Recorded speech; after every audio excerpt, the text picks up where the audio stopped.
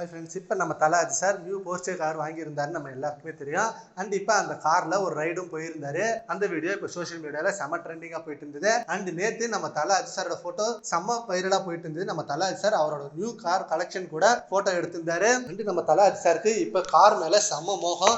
And ஒவ்வொரு car புதுசாக வாங்கும் போதும் அதில் செம்மையான ரைட் போயிடுறாரு. அண்ட் இப்போ துபாயில் இருக்காரு நம்ம Thala Ajith sir. Good bad ugly படத்தோட ஷூட்டிங் நெக்ஸ்ட் ஸ்பெயின்ல 60 days நடக்க போகுது. ஸோ அந்த கேப்ல நம்ம Thala Ajith sir new car கலெக்ஷனை பார்த்துட்டு இருக்காரு. அண்ட் 60 நாள் அந்த படத்தோட ஷூட்டிங் போயிட்டு இருக்கும்.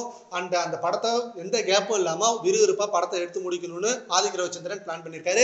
Already first schedule good bad ugly முடிஞ்சிடுச்சு. இப்போ செகண்ட் ஷெட்யூலுக்கு தான் பிளான் பண்ணிருக்காங்க.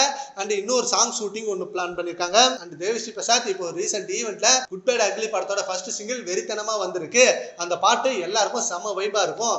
கண்டிப்பா அது உங்களுக்கு மிகப்பெரிய ட்ரீட் தான் அப்படின்ற மாதிரி செமையான அப்டேட்டும் கொடுத்திருக்காரு. அண்ட் இப்போ அடுத்து நம்ம விடாமுயற்சி அப்டேட்டுக்காக ஃபேன்ஸ் எல்லாம் செம்ம வெயிட்டிங்ல இருக்காங்க. ஏன்னா டீசர் அப்டேட் இப்போ சனிக்கிழமை ரிலீஸ் ஆக போகுது அப்படின்னு சொல்லியிருந்தாங்க. ஸோ இன்னைக்கு ஈவினிங் அந்த அனௌன்ஸ்மெண்ட் வருதான்னு வெயிட் பண்ணி பார்க்கலாம். சரி, ஓகே ஃப்ரெண்ட்ஸ், நம்ம தல அஜித் சாரோட நியூ கார் கலெக்ஷன்லாம் வந்திருக்கு. அதை பத்தி உங்க ஒப்பீனியனை நம்ம கமெண்ட் பாக்ஸ்ல கமெண்ட் பண்ணுங்க. Thank you friends.